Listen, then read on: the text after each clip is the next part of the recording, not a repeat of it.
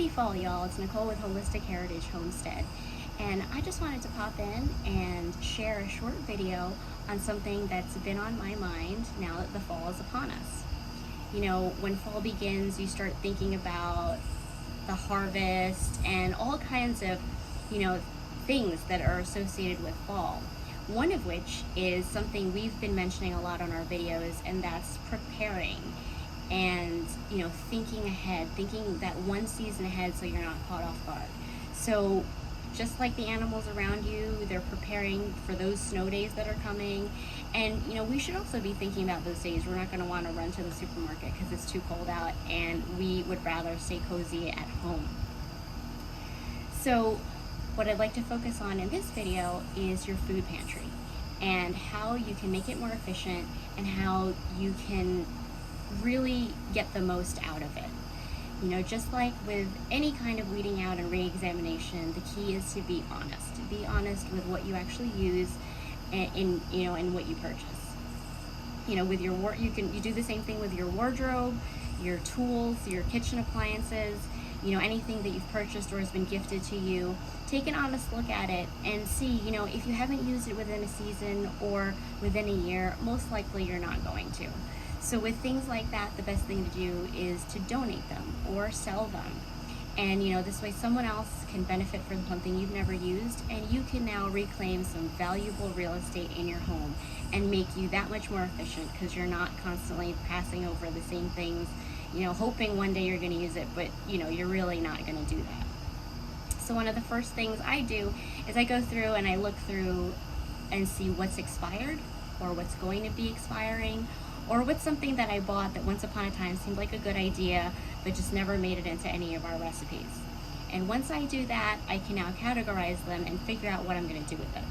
So for things that are expired, a really good method of responsibly disposing of it is if you have livestock.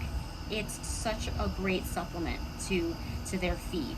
You're giving them quality ingredients, as long as it hasn't gone bad, you're giving them quality food that you otherwise would be spending on their feed, and now you've added to it while adding to the quality of what they're consuming. So that's one great thing to do. Now, if they happen to be expired and they have gone a little bit bad and or you're not sure, as long as you're adhering to safety guidelines, a good way of disposing of that is compost. Compost is king. Keep that organic material on your property, and help make it work for you in the future. Let it break down and add that organic material to your land. Another option is vermiculture. If you have worm farms, that's a great way to feed your farm. That's organic material. You can't go wrong. Keep it on your property. The second category is, the things that have not expired. If you don't see yourself ever using it and you really, honestly don't see your family consuming it, a great way to help someone is by donating it to a local food pantry or a church. And, helping someone in need is always a great idea. And if you can do that by, giving something away that you never used, why not? Lastly, there may be some things that you want to give a second chance, which is okay. And, it's a great time to challenge yourself and be inventive. And we do something in our house, and we kind of nickname it like a fiscal fast, which means we slow down on our grocery shopping expenses by focusing on these products that we want to work through. So we take these items and ingredients, and we only buy things that will, supplement what we need to create this meal. And let me tell you, you're going to really dig deep and find your inner Food Network Iron Chef to make some of these concoctions, and you'll be surprised that sometimes they are the best meals you ever had. I can attest to the fact that that's the case for us, and it's a great way to grow as a chef and to really even expand your palate, your children's palates. So that's a fun way to use some of those things that you bought and give them a second chance. Now, once you've weeded everything out and you're ready to start restocking, I like to focus on 5 major categories. The first is protein. The second are your veggies. The third are carbs. Then your all-in-one meals. And lastly, your long-term items like your cooking oils, your fats, your spices, your sugars, and your flours, things like that. Things that you use all around baking and cooking. So for your proteins, we tend to keep a lot of like smoked fish or canned fish. You can make sandwiches with it. You can add them to sauces. You can add them to pastas. You can have them on their own. They're really versatile, and protein is very important. That's number one. Then you've got your veggies. We always have some kind of canned veggie with dinner, or fresh produce. You want to have that on hand, just not just for the nutrient profile, but just it really adds that extra dimension to your meal. Third, you have your carbs, and that's where your pastas come in, and your potatoes, whether they're ready-made potatoes that are always good to have handy when you can't get to something that's fresh. Sometimes we like to even keep sweet potato or yam. Again, it's always handy to have when you don't feel you're craving it and you can't get to the fresh stuff. The fourth category, your all-in-one meals. These are your stews, your chilies, your mac and cheese, things that you grab as a snack. You can also use as a base for a lot of your recipes, and you can make a quick one skillet meal, and they tend to last a long time. So that's always something handy to have in your pantry.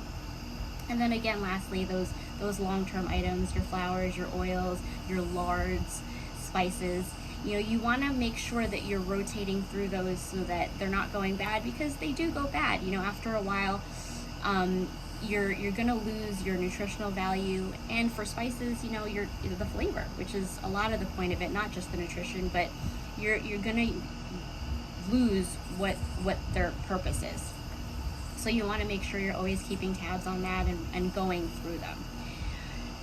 Now, once you really look at these things and start stockpiling them, you'll find that you're more efficient, and that your family really enjoys every single meal. You're never kind of down and wishing you were eating something else, because you've really honed in on what everybody likes.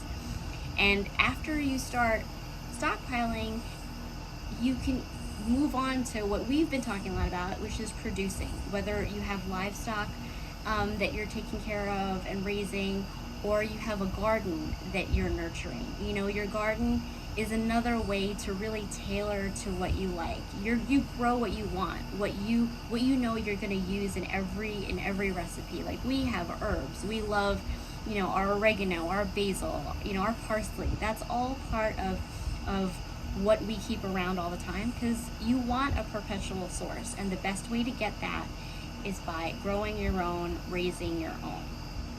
So I hope that these tips were helpful for you, not just for the season coming, but also just general upkeep and a simple way to keep track of how what you're consuming in your household, and keeping the things that you like in your house, as opposed to rushing all the time and trying to guess. It's very important to take the time to slow down and really just look and re-examine. So I hope this is helpful, and as always, please like, subscribe, comment below. We love reading your comments, and we truly appreciate any tips and tricks that you can share with all of us. So until next time, happy homesteading.